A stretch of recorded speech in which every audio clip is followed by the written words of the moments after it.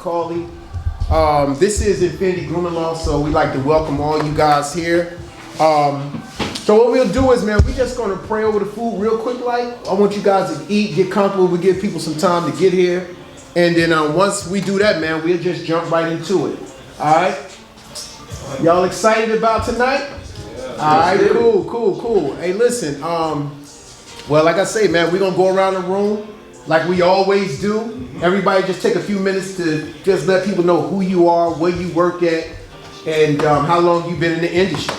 All right, so I'll start first. Everett McCauley, aka I am Everett McCauley. I've been in the industry 29 years. Man, one of the greatest experiences of my life, and it actually changed my life. So yeah, man, that's my spill. Let's go. Who next? We're gonna go from left to right. Let's just go around the room. All right. I'm gonna give you guys this mic right here, so whoever want to talk, just take this mic and then pass it to the next person, all right? Next one is for the gram. What's going on, everybody? I go by Z. I'm Z the Celebrity. I work here at Infinity Grooming Law. I'm a master cosmetologist / barber, and I'm also E assistant. I've been in the game now a year now. All right. Next. Hello, Checkmate the Barber. Yeah. Checkmate the Barber. First time doing this mic stuff, so bear with me. I've been in the barber industry for 5 years. I've been around barbershops all my life. So I know about a little something. And how it runs and how it flows and how long it's been here. 43, so I've been around for a long time as far as barbering. All right. Amen. Next. G. Michael. I have been cutting hair since high school. I've been in Atlanta for a little over a year now, and I work right here at the best barbershop in the city. Infinity Grooming Law. Hey, we'll claim that. We'll claim it. So I also am a professional photographer. I've been shooting for over 8 years now. I do videography as well, content. Everybody in here has a professional headshot. Instagram's popping, our website's popping, our view on social media, everything across the web is on the up and up. So I really enjoy doing photography. I really enjoy cutting hair, and yeah, here for it. He's a great photographer, by the way. Y'all can butt it up in the corner over here, man. With all this black. But now, this recording ready for me? But now it's your boy Apollos, aka Apollos Get the Hands. I work right here at Infinity Grooming Law. I've been in the game for 5 years. I mean, hey, you know what you're looking at the Get the Hands that speak for itself. I ain't gotta say too much. Yeah, there y'all go. I go by Muffin. I just started cutting hair maybe 2 years ago. I start school March the 2nd, and yeah, that's what's up. That's what's up. Yeah, that's right. I'm D. I go by DR1 Cuts. I've been cutting roughly around 3 years, maybe 4. I'm trying to find a school to get into to better my craft and all that. But other than that, that's it. Taper's Barber School. What's our time? Oh, I stay at LaGrange. LaGrange? I'm Damian Hart. I go by the Freshest Barber. I've been cutting hair for about 6 years now. I started at my mama house. Went to college with it. I graduated college, came home. Probably about a year later, I opened up my first barbershop and salon in Noonan, Georgia. I got a clothing brand with the #1 brand for barbers and stylists, hair starter brand, and yeah, that's a little bit about me. All right. Reach out here. Yeah. What's going on, y'all? I'm Dre Dennis, Chop God, and I've been cutting hair since I came out the womb. You know what I'm saying? I ain't had no baby bottle, man. I had some clippers in my hand when I came out. They said that boy gonna be a barber. But I've had owned my shop now for 6 years. It'll be 6 years, April 22nd. Central Barber Lounge. We located on the south side near the airport. one of the latest and greatest barbershop experiences that you will find, because we treat clients with an experience and a service. Definitely been in the industry 11 years professionally now, and I'm loving it. Literally, Clippers changed my life. Took me all around the world and gave me a perspective that I never would imagine. So I encourage anybody that wants to be a barber to get a mentor, get in the game early, and give it all you got. You know what I'm saying? No cut left behind. We don't take no cuts off. You did? Shout God. What up, everybody? I'm the Nailer. How y'all doing? Salute. Alright, good. Y'all good? I'm from Indianapolis, Indiana. I've been down here since 2018. I've been cutting hair ever since then, like professionally. You know what I mean? And now, but I'm really, you know, I came down here. Everybody asked me what I came down here for. I said chasing my dreams. So my dream is to be a television producer. Okay, so I started out in hip hop, but what was in front of me was barbering. I was able to do a pilot with a hip hop show that I created. Didn't work out, you know what I'm saying, for whatever reason, but I had to, you know what I'm saying, stare at what was in front of me, which is barbering, and I was able to create some shows, and the technology on Instagram and social media caught up with me, and now I'm kind of just doing everything on social media. So if everybody can take their phones out and follow Book the Nailer TV on Instagram, is Book the Nailer TV. We just been going crazy the past like month and a half. Really, I got like 15,000 new followers in the last month and a half because I just cut through all the noise in the barbering game as far as content and stuff like that. So, you know what I mean? Like everybody doing their same old content, you know what I mean? I had to cut through the noise of that. I was doing the same old content.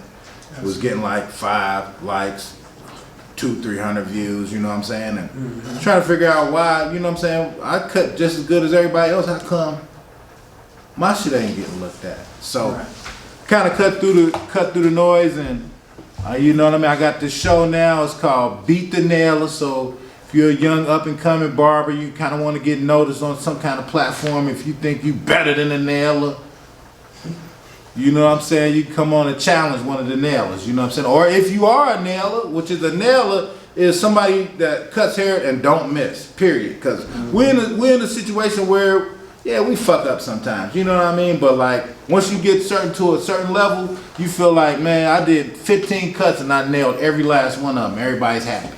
No cut You know what I'm saying? Out the gate. So yeah. So if you're a nailer and you know it and I see it, then you know what I'm saying, you could be one of the nailers, because every 2 weeks right now we doing it. You feel me? I'll be like, this guy, he's gonna win for sure. He cannot be beat. And then there might be a guy who's trying to challenge you, you know what I'm saying? And then it's fun, it's like a boxing match. You know what I mean? It's like a boxing match or a wrestling match. So yeah, that's what we doing, man. Thanks for the follow. I try to follow everybody back, but you know how it is, man. You a barber, bro? You a barber? Are you not a barber? Okay, man, appreciate you. All right, that's what's up. That's what's up. You still over here? He cut his hair up. Check. How look over here? E? He did a good job. I look good right there? Oh, you come over a little bit more.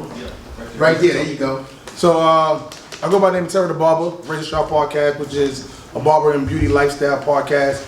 I'm highlighting all of the different events that's going on in the beauty industry. So the Faith and Fellowship is something that we all came together to really bring awareness to what's going on in Atlanta. You know, me, Chop God, E, Tony Banks, and Ray, my supply guy. So we do this every third Monday, just coming together to do a lot of networking, seeing what's really going on in the industry and how we can push it further. We really love when there's a lot of barber students that come into the space, when there's a lot of up and coming barbers and newcomers, because that's where we can really cultivate and really mold them to how it needs to be. So I'm just here for everything, every single time, and I just love the fact that we all barbers and stylists and in the industry of making things greater. So that's who I am. All right. Yes, sir. Just let people know who you are. Yeah. That's it, man. You come and support my brother. That's it. Yeah. Hold on. Yeah. You go ahead. Okay. I'm from the Grand. I do clothes. I just started on, I want to say, a year ago. I'm getting decent at it. I'm hoping to learn to cut hair one day before I go to college. All right. See? That's what's up, man. Motivation. That's right. I do clothes as well too. Motivation. Plus distribution is in. We got 4 people in here who do clothes, bro. Thanks for saying it. Get warmed up yet. Oh, no, you're good. Hey, listen. Go ahead. Hey, what's going on, everybody? I'm Sharif from podcast/show called Trim and True. That's it. All right. Salute. That's it, Salute. right? Salute. Yeah. Yep. So we could jump right back into it. So what we're gonna do at this very moment, man, before we jump into it, tonight I will be doing a demonstration. Model's not here, didn't respond, so You can do it, if anybody need a haircut, cool. If they all like, hey man, listen, bro, I've been there. I'll do the demonstration. But pretty much before we dive into it, I just want to kind of put some things out there so that we know. Recently, I was working at 33 and the 3rd Barber and Beauty Academy up in Covington with Miss Shay. Shout out to Miss Shay. Where I graduated from. That's right, where Z graduated from. Hey, shout out to Miss Shay, man, because she gave me an opportunity. She opened up her door, she gave me a free scholarship. And, not for nothing, I wanted to continue to be under her leadership because she is a very wise woman. And, by me purchasing a new home, I moved out maybe about another 25 minutes from the hour ride that I was taking every day up there. And, it just came to gas, man, excuse me. So I had to make an executive decision. And it was just so crazy because as I'm driving, I'm just like, I said, man, you know what? I can't do it anymore. I had to put my priorities back in order. And I'm driving down the highway and I get a phone call from my brother Snow. I'm like, oh shoot, let me check on, see what's going on with my brother. He's like, yo, he was good. I said, not much. He's like, yo, you got some time to talk? I said, let's kick it. He said, bro, he's like, yo, man, I don't know what's going on, man, but Will told me to call you. And I said, well, all right, well, what are we talking? He was like, yo, Will wants you to come and be a part of the program. And I was like, word? I said, yo, that's dope, yo. He said, but he giving you a free scholarship. I said, word? I said, Dad, you know what? That's cool. Because I understood that that's only 15 minutes from here opposed to the 45 minutes from here. So, Hold on, let's cut you over real quick. hey man, this is what's happening, man. But this is just to anybody, man. No matter what you're going through, sometimes you have to fight through it, even when it's crushing you. Especially in this industry.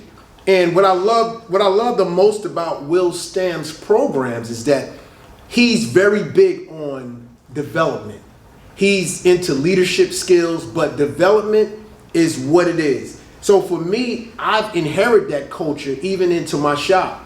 You know what I'm saying? Being able to give them gems, being able to help them just get through life, because life is life out here. We're in a state, and you got to understand something too. And this is something that they don't talk about this a lot. It's no such thing as a person in here saying that they're their own boss. Ray can't run his business by himself. None of us can run our businesses by ourselves. So the biggest setup for failure is you believing that you can do it on your own. It don't work that way. You can contest to that, right? But this is what happened. Leadership, I learned this last night. Leadership starts with the leader, right?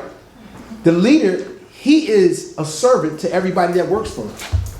Because he has to make sure that you guys are appreciated. You got it? You got me? I'm trying to find out. We keep talking. Just keep talking. Keep talking? Okay, we got it. Y'all. All right. Oh, they give me the money, man. Oh my goodness, they jacking me, y'all. On live TV. But like I said, what I learned last night from him was, he was like, a leader, first job is to be a servant to the people that he works for while you're in the process of development. So I'm like, all right, cool, this was dope. So the community was dope, man, and I listened to the transition of people that was on there. And they all just talked about, yo, you know what, we love this leadership class. It's something that he's been doing it for 3 years straight for free, and anybody can jump on it. So for me as a leader, I would encourage everybody, continue your continuous education classes. Like, you can only get better, but you're only going to get better when you're around people that have accomplished and been through the fire and came out on top. All right. So like I said, man, with that being said, man, I'm just excited to, one, be a part of that situation over at ProFresh, but being able to bring that back and add that to Fades and Fellowship. My partner Ray, Chop God, Tara the Barber, and Tony, these are the things that we're doing. So now that these people are really doing big things, I mean, Ray is a part of, Ray, what was the summit that we just did, that you just did? Barber Evo. Barber Evo, the Barber Commissioners. So you got to understand, man, we're all tied in as a community, and we're going to learn more as we come together. One thing I learned about this world, and it didn't make sense to me, but when you think about the leader of a country and our leader, he's so built on division that now the United States is not united anymore. It don't even feel like the United States. You feel me? So what we have to do is we have to build up our communities. Whatever barbershops that you work in, believe in the vision that the visionary has put before you. But be a leader and take the stand. Stand up. Nobody in here should have to be inside their business in order for it to operate. My job is to go out in the world and bring the business back to my business. So I'm putting that prophetic charge on every barber in here. You feel me? Wherever you work at, man, bring the people back to where you are and grow as a family. Okay? All right, so with that being said, we're going to pray over this food. I'm going to let you guys eat, and then we're just going to jump into a quick dialogue, man. I just want to check everybody's wellness. I want to check, how is your wellness? Like, how do you feel? Is anybody here dealing with, like, anxiety? Come on now. Dude, don't tell me I'm the only one dealing with anxiety. That's a broad question. Like, huh? More specific. Everybody walking around got some level of anxiety. Some level of anxiety. Some level. And that's the conversation tonight. You know why? Because we don't talk about that as men. We always was taught to be tough, to be solid, to be thorough. But we never really sit down and be like, bro, how you, bro? How you doing? Like, what's going on in your life? You don't have to get personal. You don't have to go too deep. But anything that's on your mind, I think I want to kind of pivot a little bit. And let's just talk about the things that we face, especially with the economy being the way that it is. I think that's something that we can talk about, and the viewers can really listen, and maybe they can get a gem. And I know my brother Ray got it all for us. I know Ray got it for us. So today we're going to jump into something real quick, like to all the viewers. You guys can stay engaged, but we definitely want to get into that. And I'm going to still do my look and learn.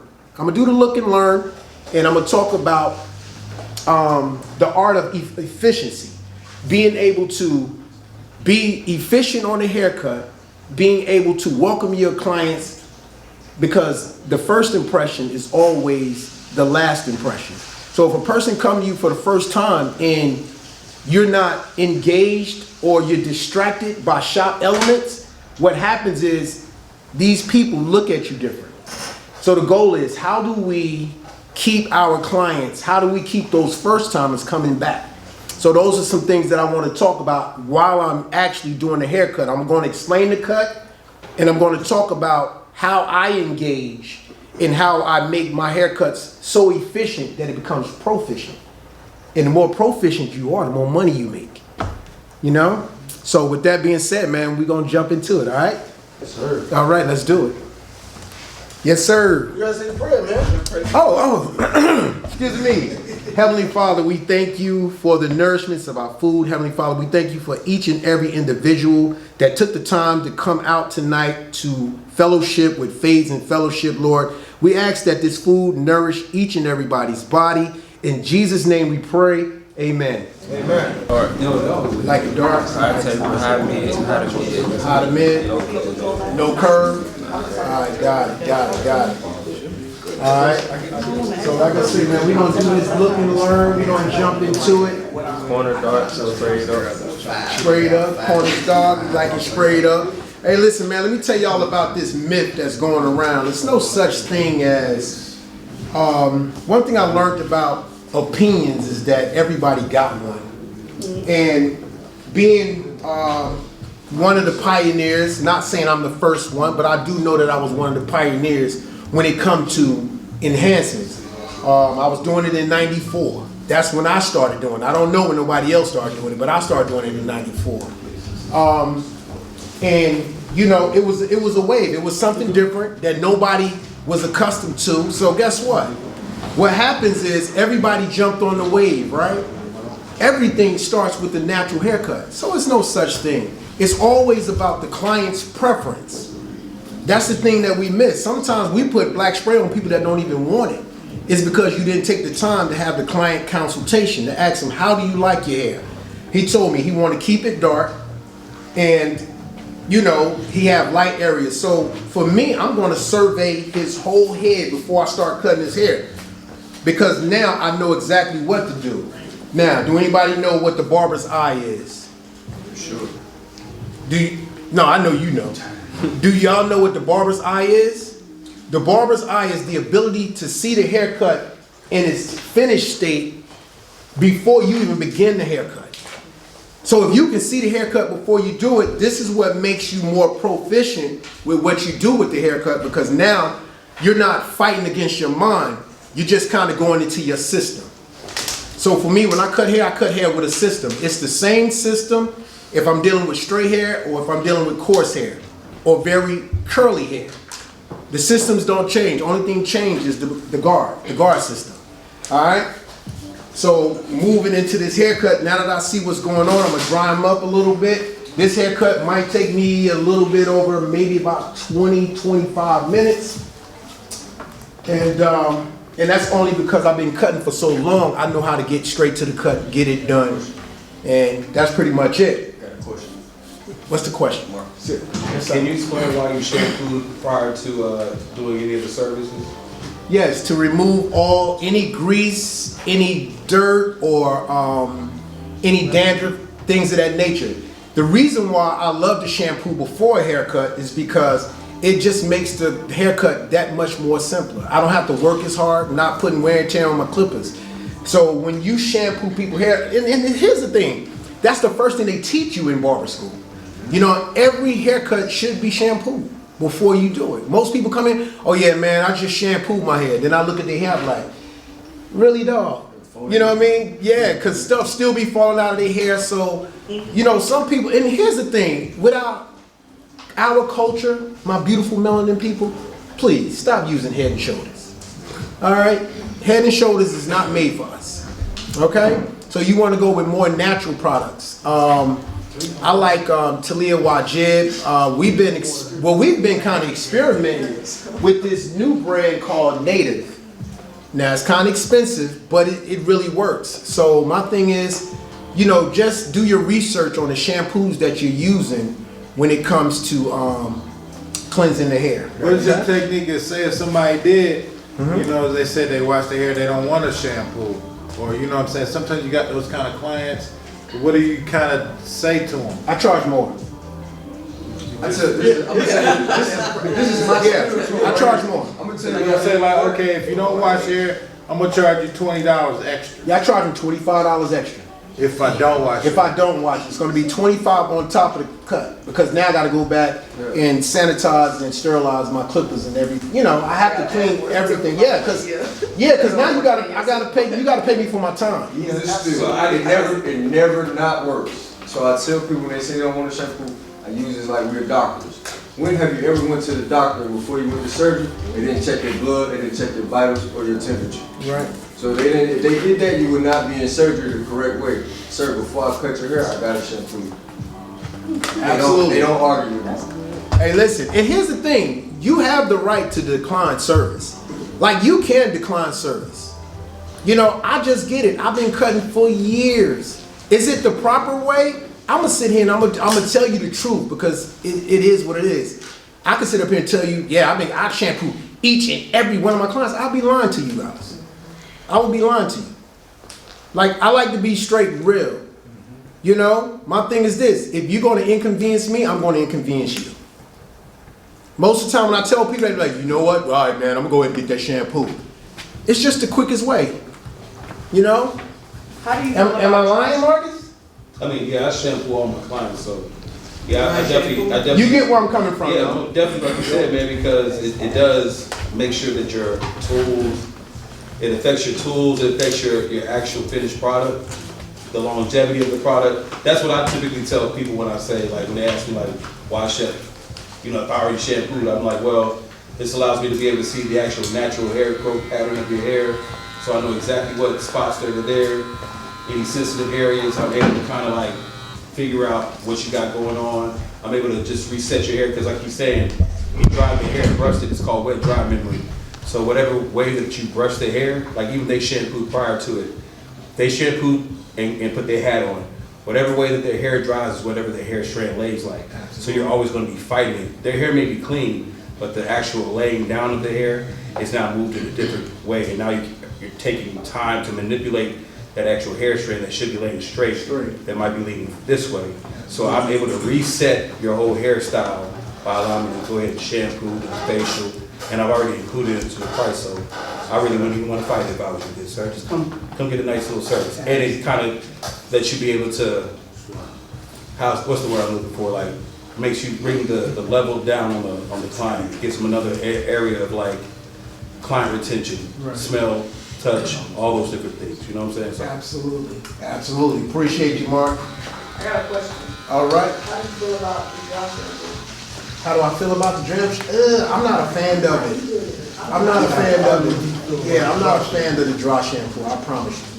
I'm just not. I mean, some people use it, some people love it, you know. Some people know how to manipulate it, you know, and that's just really what it is. I say it's good on straight hair. I'm sorry, say it again. I say it's good for like straight hair. It's so messy. I ain't gonna lie, it's messy, and I've done tried a couple times, but I didn't like it. But I see other people using it that would maybe get it, and I was like, I don't like it. But they cuts look good. It's just, I don't like it. What about a little front taper part? You know how y'all be coming in. How do you shampoo or clean that? Like a little front taper? Oh, I do. I'm hot touch razors, you know, and hot towel. I'm straight good. There's no alcohol. so you put a foam on there? Yes, the foam. Thank you. Yeah. Absolutely. So what I'm doing is, as I start this process, I'm starting with the desired level, which is a 1. He said keep it dark, so it's about a 1.5. And I like to start my fades once I acquire the desired length. It's so much easier to fade when you acquire the desired length. A lot of people are. The fade down don't look like a strut, so it's way on top of it. I taught myself how to fade down because they taught us how to fade up, and then it just came to me one day like, I don't need no guideline. Why am I putting down? I did this one guideline. Literally, that's it. I do this for one guideline and like.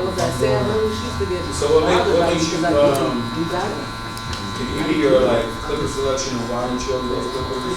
Or you have different clippers for different like hair textures and blends of that nature? Absolutely. So, well, I'm a fan of the seniors. I think the seniors is the greatest starter clipper there is. And when I decided to go cordless, I couldn't find a clipper that gave me that same feel. So when I started using the Babyliss Pros, I said, you know what? I'm sacrificing the power, so it might take me a little bit longer, but as I began to maneuver with the clipper, I saw that it was the closest compatible to the senior. So I use this to take down a lot of my haircuts, but when it comes to blending and fading, I love the Masters. But so based on the texture of his hair, I don't have to use the Masters at all. Why is that? Because he got good hair. So he has what we call curly hair. It's not over curly. So being able to blend his fade out is going to be very, very simple. All right. How many steps do you do when you fade? When I fade, all my fades are like 2-step. 2-step. I might go 3 depending on the blend that I'm looking for. on the head shape. And that's another thing too, like head shape. Us as barbers, man, we have to be able to tell people what hairstyles that will not fit their head shape. You can't put a high temp fade on somebody that has a very narrow head. It just looks weird. So you want to go maybe with a more low temp fade so that it disguises the client's head shape, if that makes any sense. All right. What's the difference between a low temp, a mid temp, and a high temp? Cause I hear this said a lot, but I be seeing that a lot of the temps be looking exactly the same once it's finished. Be looking the same? Well, I'm gonna say this: a lot of haircuts start with what we call a mess up. And as you begin, when you learn how to cut hair, and not to get away from your question, but I want, like South of France, all these haircuts, the mullet, all these different things, they come from just us being creative, right? But I know for a fact, a lot of hairstyles that, or different fades that I've done, came because the blade slipped off, or the guard slipped off. And I was like, oh man, how I'm gonna blend this, how I'm gonna make this look right. You get what I'm saying? And when you're done, the client be like, you did that, yo, this is something new. They do. You know, they say that's how the lineup was invented. Mm-hmm. Made a mistake, cut too much hair off. Yep. So back to my question, right? Yes, sir. What's the difference between the low, mid, and high temp? Okay, so the low temp fade is from the top of the ear to the corner of the fade. A mid temp comes up a little bit higher, maybe about, I want to say maybe about a quarter of an inch, and then a high fade is pretty much like a fade, blended down. How can I explain this? See, it's hard to explain when you got your systems in place because I don't really talk my haircuts through. But just to give you an example, the mid fade, the high fade will go anywhere from here on up. The mid fade is anywhere mid temporal, and then a low temp fade is just above the ear and no higher. So yeah, man. I mean, that's the difference to me, and I can only give you the example from the way that I cut hair. Mm-hmm. Yep. Any more questions? You killing it. You killing it. Yeah, man. I got a question. I'm listening. I don't know if you want to give them that sauce, but I know you do your special technique with your enhancements. Do you want to tell the people how you do that, or? Well, a lot of times when I enhance my clients, I hear the feedback in people, and all you have to do is pay attention. A lot of people are like, yo, don't put that on me because as soon as you put it on me, it's gonna wash off. Now the way I put my enhancements on, I use the brush, old school dye brush. I go around the line, and then I come back with the spray. And what happens is he can go home, take a shower, put a do-rag on, the steam, the water. It don't even matter. When you take the do-rag off, it's gonna look like I just cut his hair. It's still there. So I do it in layers. When I apply my enhancements, I do it in layers.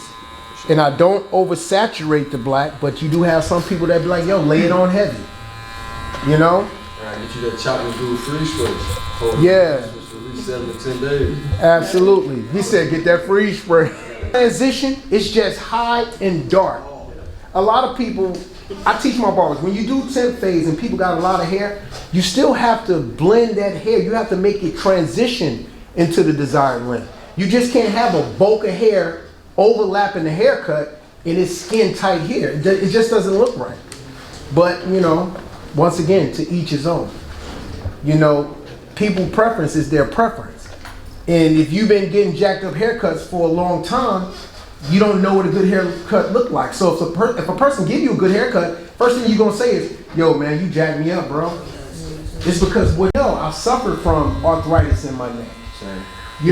I suffered. Because that's what happens. It comes with this industry. You're not going to escape it if you're a barber. But you want to practice good posture so that you can kind of prevent some of these things from happening early in your career. Me, honestly, like I said, it just started happening to me. You know what I mean? some nights my neck just be like killing me, and I'm like, man, I gotta fix this. And what I did was I fixed my posture. But why you not finishing the neck taper, going to the side taper, finishing the side taper, going to the other side, finishing the other side taper? Why you not finishing one at a time? I was always taught cut from right to left.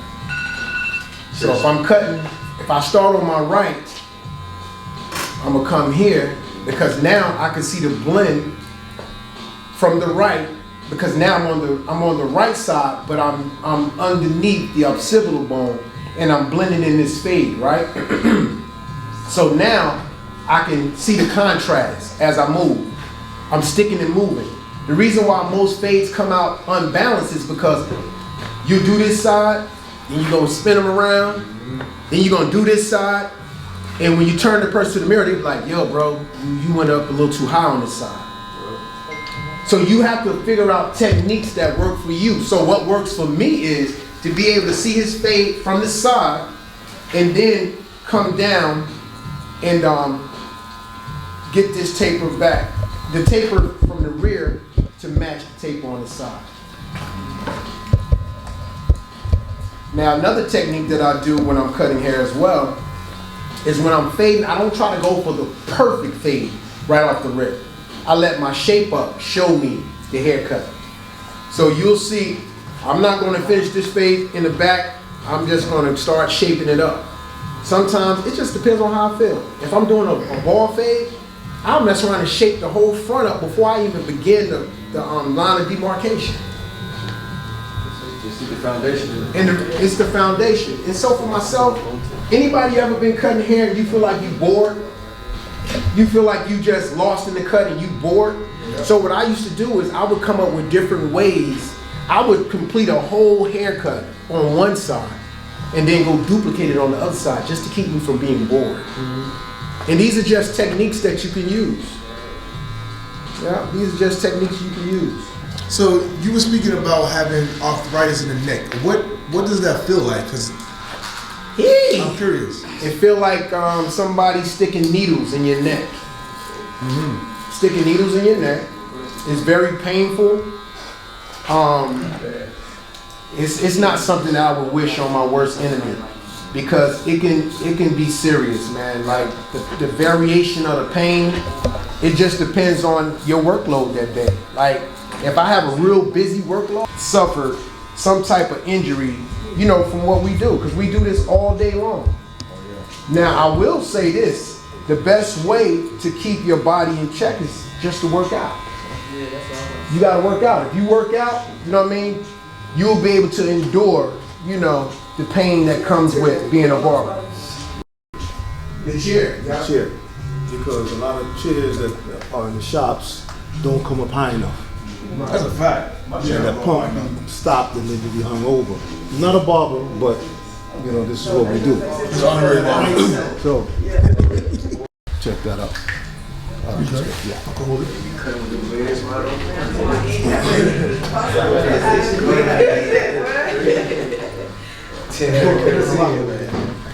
Can't take your eye with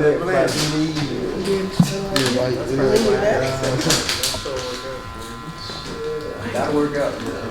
Yes, sir. Get in there, stretch that lumbar, back. Sit up. You could explain like your posture when you cut. Could you like expound on what, like even right how you cut right now, like, you know, if you were to describe like a free throw, somebody teaching somebody how to do a free throw, how would you teach somebody Okay. to stand like you know right now? Okay, bet. That's a good question, Mark. Appreciate that. I mean, what works for me is that I'm always turning my chair. I stand straight up. I try not to hunch over when I'm cutting. I don't be doing all that. That's what the chair's for. If you want to get under somebody's neck, you pump the chair up high enough, lean it back, and this way it takes the pressure off your back. But if we keep doing this, think about it. If you keep doing this all day, it's almost like doing sit-ups. Excuse me, while you're cutting. So you want to make sure that your posture is always standing straight up when you're cutting hair. So for me, I'll pump that chair up high as it can go. And sometimes I'll be up here fading with it, you know? But right now, like I said, this right here is comfortable for me because guess what? I wasn't that busy today on a Monday. So guess what? I got the energy and I can feel it. So therefore, you know, I can bend just a little bit. And a lot of times you could bend your knees too. You know what I mean? Like while you working, you don't have to always be standing straight up, but you keep your knees bent just a little bit to take that pressure off your spine. Do you recommend us getting shoes like those too? There you go. There you go. Hey, I got it. So I got I was just curious. Keep the posture straight.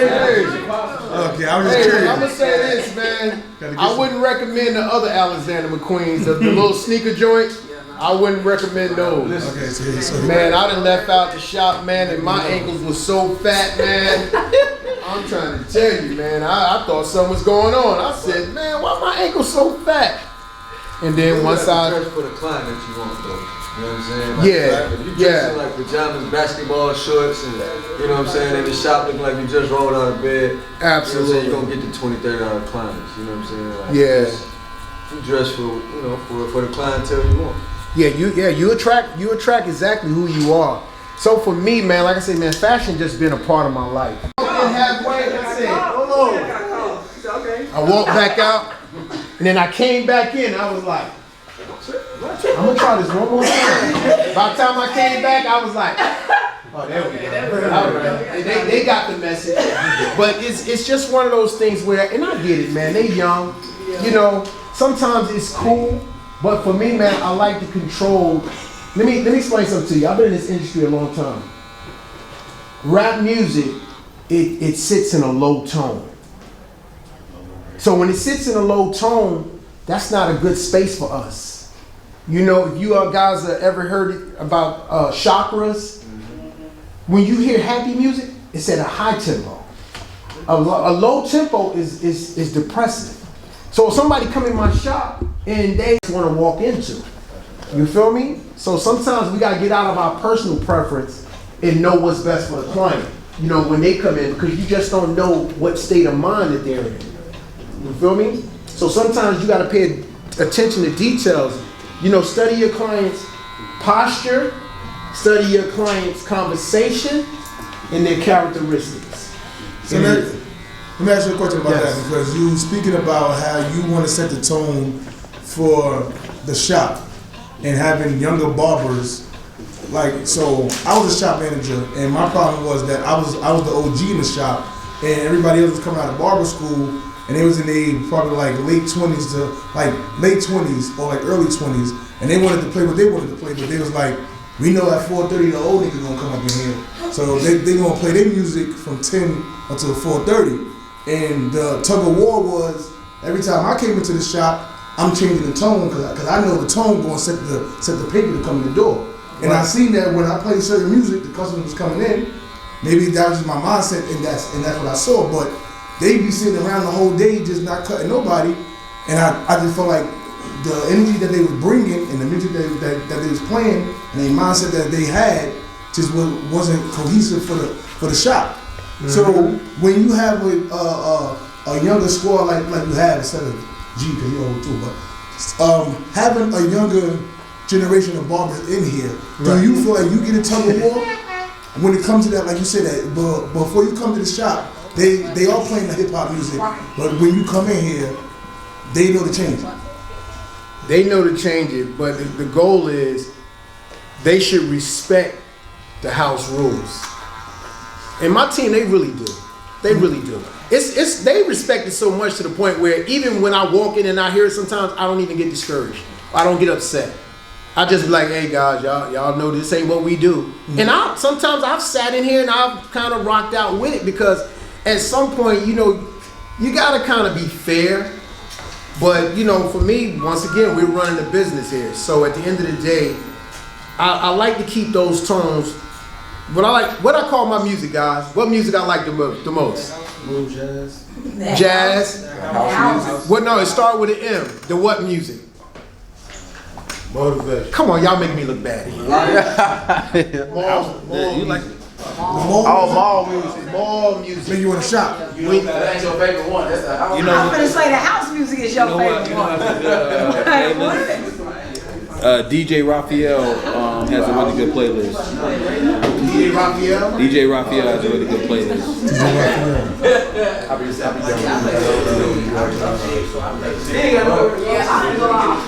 Marcus, you ain't got nowhere to go. Yeah, man. So while he doing the haircut, right, does anybody have any questions as far as building a clientele? I got a question Go ahead. about prices. I don't know how much everybody in here charges. I know the highest price. 500. The highest price that I heard right now is $250. I mean, I don't know what Who everybody. charges that? Who, a haircut? Not in here. I'm just saying in general, in the barber industry in general. But I just want to know. I just want to ask, where do you start off? What was your starting price, and how did you get to the price that you at now? Well, I'm gonna say this, man. Everything come in seasons, man. You know, when the PPP loans was out here, everybody was paying $100 for haircuts. Them days are sorry, they are over. However, you still got people that pay $100. Like a lot of my clients, especially my ones that have families, right?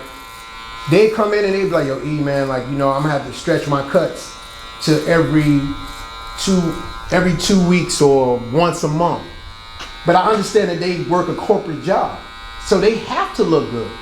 So what I did was I said, well, you know what? Let's break the payments down. Let's break it up just a little bit so that you're still able to come every week. You know what I mean? Because you're gonna walk yourself out of your own clientele by saying, hey, listen, my price is my price. Man, listen, stop listening to social media. Social media gonna bankrupt each and every barber that believe in it. You know what I mean? If you want some real gems, go to an OG. Come to an OG, because we ain't gonna steer you wrong.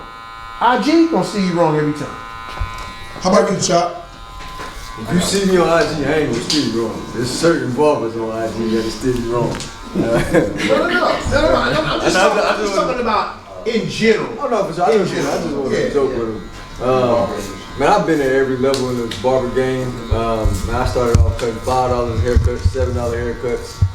But I knew barbering was for me. Even at Tennessee State, when I used to get out of football practice, I had like 20 people I had to cut.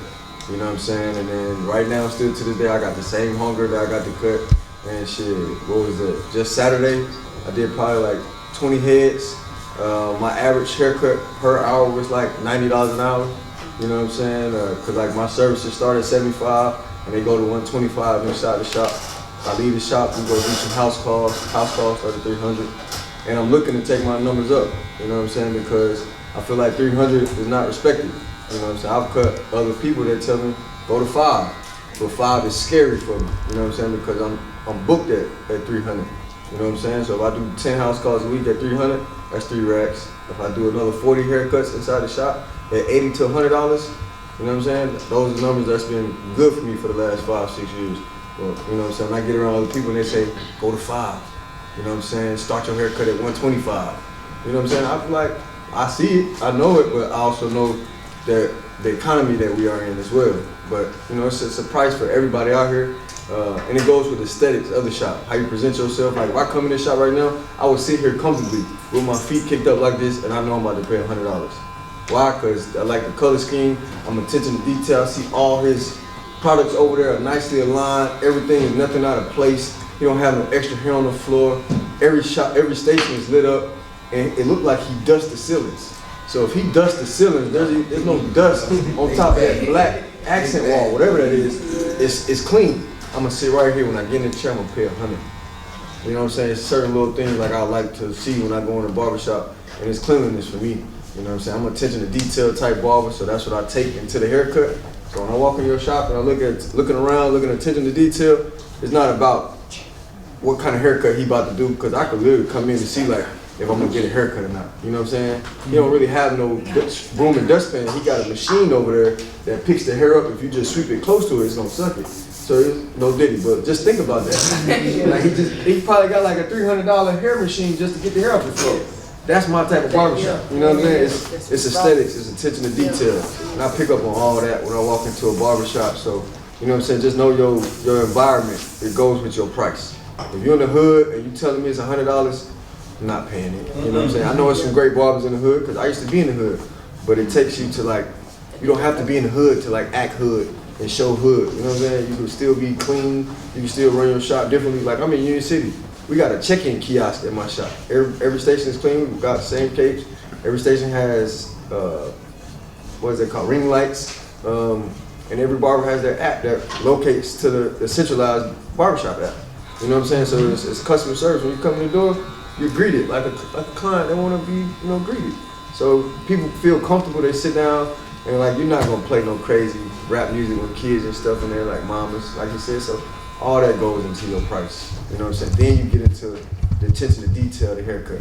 You know what I'm saying? You could be the best barber with the worst aesthetics, and clients gonna get up out your chair. They're not coming back. So that's really it. Appreciate that. How about you, Marcus? Same question, my brother. I started at just like everybody else, $5 haircuts. Then I went to cosmetology school, and my cuts went up to like $15. But while I was in cosmetology school, I learned how to do all the shampoo and facials, all those other things that come with that you can add into your services. But what I really made my big leap was when I started cutting on Morris's campus, and I was doing $25 haircuts there because I was like trying to be a little bit higher than what whoever was cutting in the dorms. So I wanted to let them know I was a professional, and I was able to kind of like build a clientele from there because once they graduated, they were all going up to higher type of like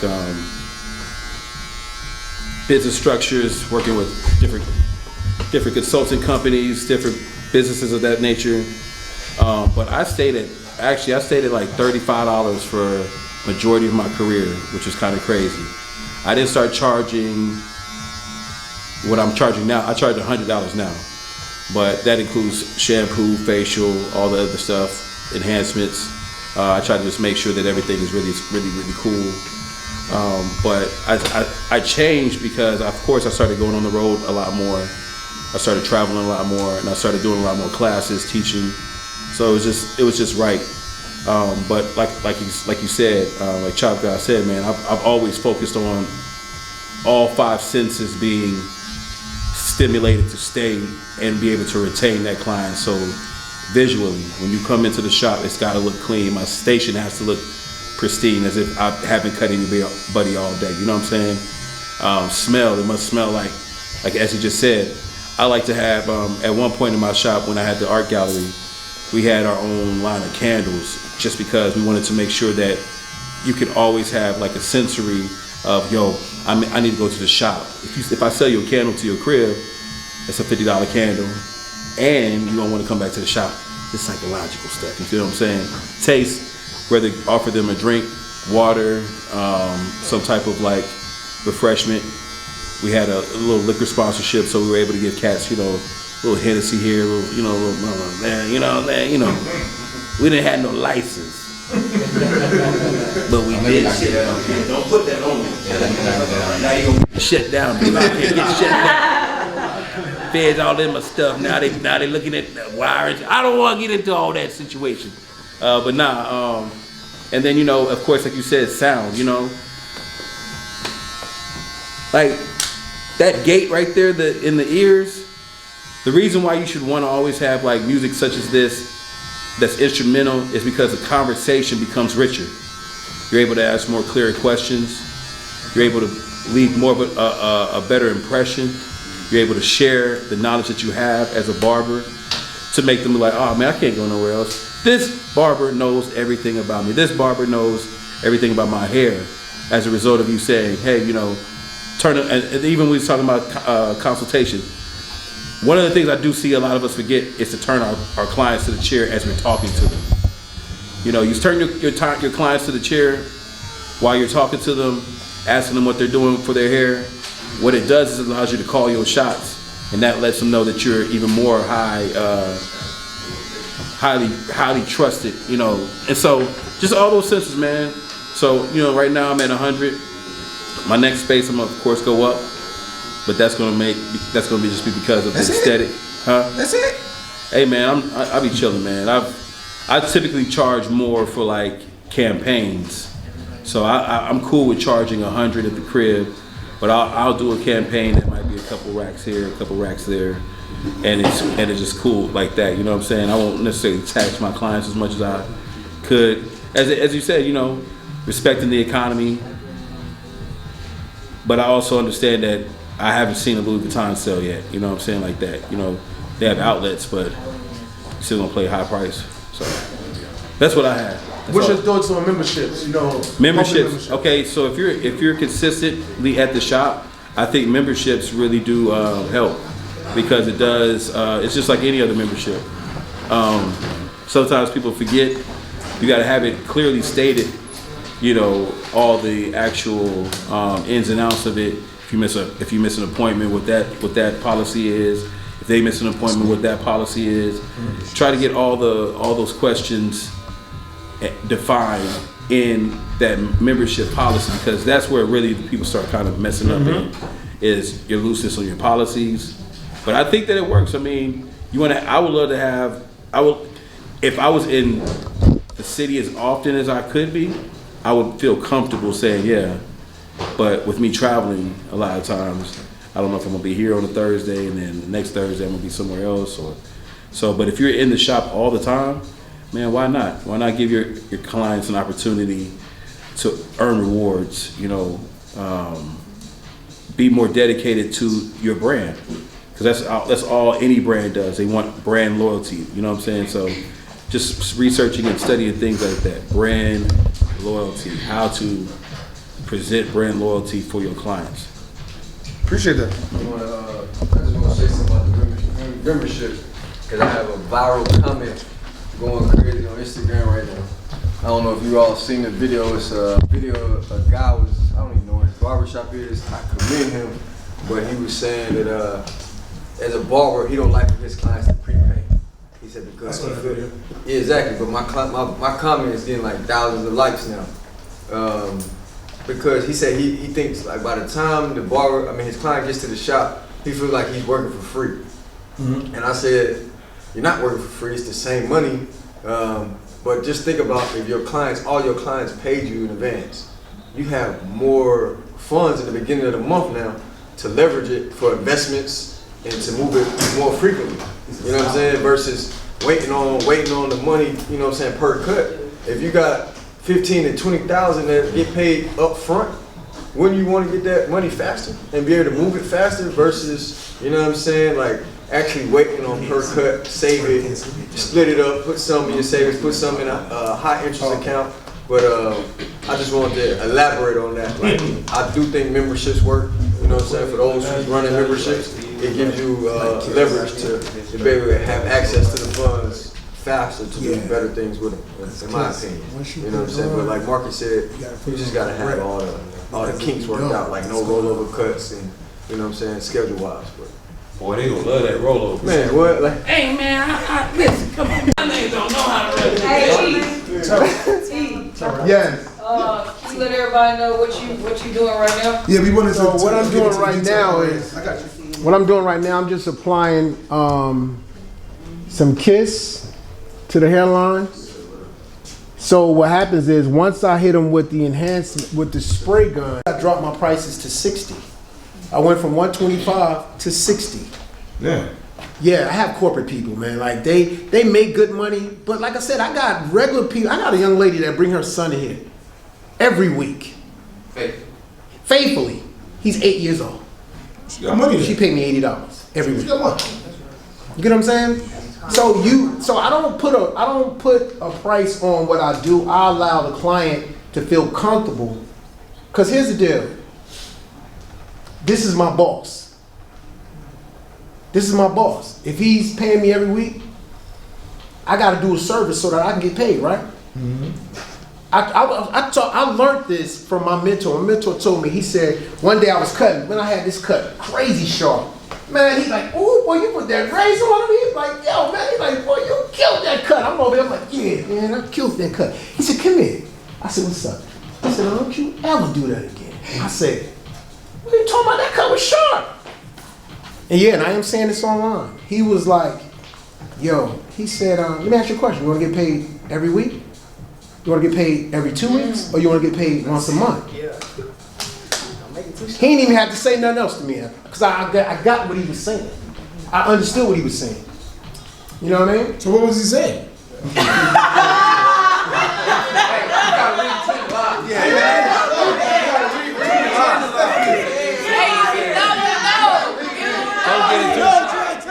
Somebody tell me something, goddamn it. He said, don't get it too sharp. Oh my God, man, help me out, man. Don't get it too sharp. Jesus Christ.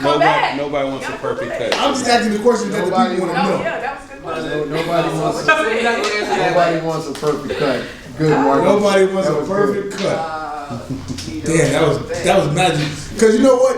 I know barbers that will take an hour and a half, right, to make sure that the hairline and the blend and everything is blurry because of what social media is bringing. Right. Without the enhancements, I'm talking about lines super crispy, blend super blurry, before they even put the extra sauce on it to make it HD. And they'll take an hour and a half because they so focused on, I gotta make sure that this is social media ready. Yeah, absolutely. And like I said, man, but the real moral of the story is that if you got a clientele and you want to, like I said, get paid every 2 weeks, you can make it as sharp as you want to. You can make it as super sharp as you want to. Can anybody in here explain to me why you use a razor? Yeah, that's like the finishing. That's like the sealing. On the hairline, though, I want to.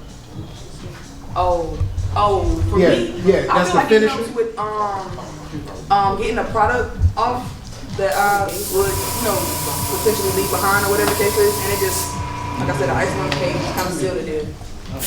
Okay. Anybody else? You gotta explain what you're doing real quick. So what I'm doing is I'm applying the enhancement with the airbrush gun. And when I apply it, I don't hit it directly on the line. I put the card directly to the line, and then I spray off. I come backwards with it. Most people go forward. I like to come. How you feel about the portable? I see you got the whole. I like. I see you got the whole thing. How you feel about the portable? Yeah, I mean, I like them. They just, for me, I like power. I like power, and I like to be. I love the no clog. The second version, the first version, but the first version for me is the airbrush machine. And a lot of people don't realize it's not so much that the airbrush machine get clogged up. It's just the fact that you have to take the time out to, huh? Well, that right there is a new one, but the last one I just had was 3 years straight. No problem. No problem. I started running into problems when I stopped cleaning it, yeah. So now, I'm not trying to buy another one, so guess what? I clean that thing every night when I leave out of here. Well, I heard a hack because I just got the no problem too. But somebody told me you go to Arbor Freight. Arbor Freight, that's my brother, man. Shout out to Yusef, man. Real It's a talk. black owned company too. We don't even know who made these. Some white people. We got some for sale right over there. Ain't nothing wrong with white people, I guess. Nah, ain't nothing wrong. Hey, listen. So y'all see what I'm about to use? He said it's the best in the city. Let's see. Let's see. What's going on here? It's you chop. You got a special Chop is you. Chop? What you got going on? You got Just pull it off. Come on, Chop. Come on, man. That's premium, baby. They can't test your joint in the store. Oh, man. Ain't no testing in the store, man. Ain't no testing in the store. I feel you on that. And it dry instantly in like 10 seconds. But if you use a cold blow dryer, it's immaculate. Now,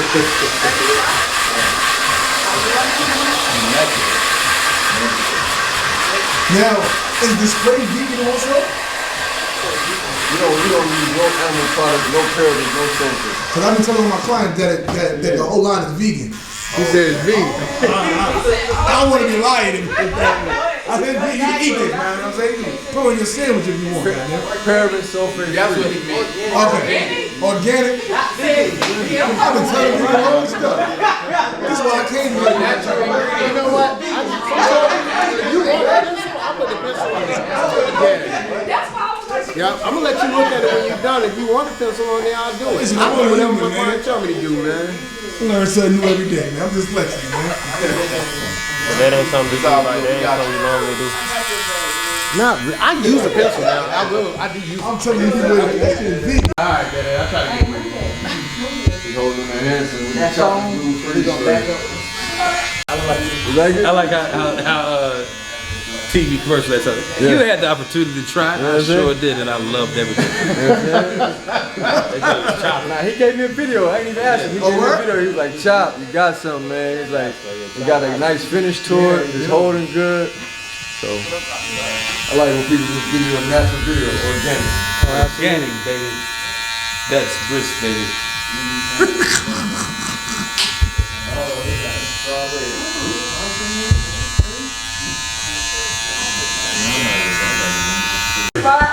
Hold on, wait, what you say? He brought out there. You say your wife was what? My wife was very impressed by the haircut. You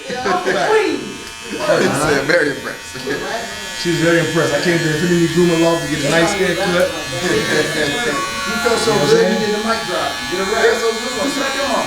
Thanks. It was good. He said it was good. That's what's up, man. You know, because it's really difficult to get a haircut.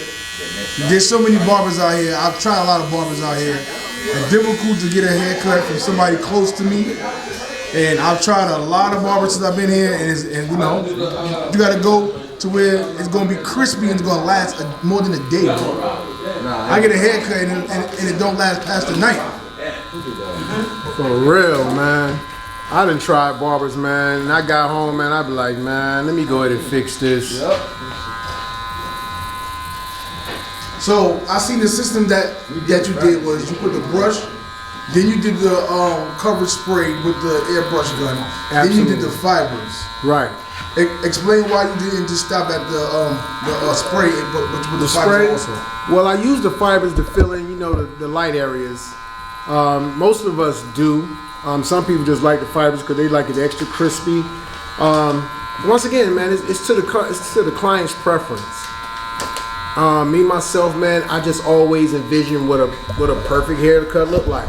But for me, I like it to be perfect, but I would like it to look more natural than anything.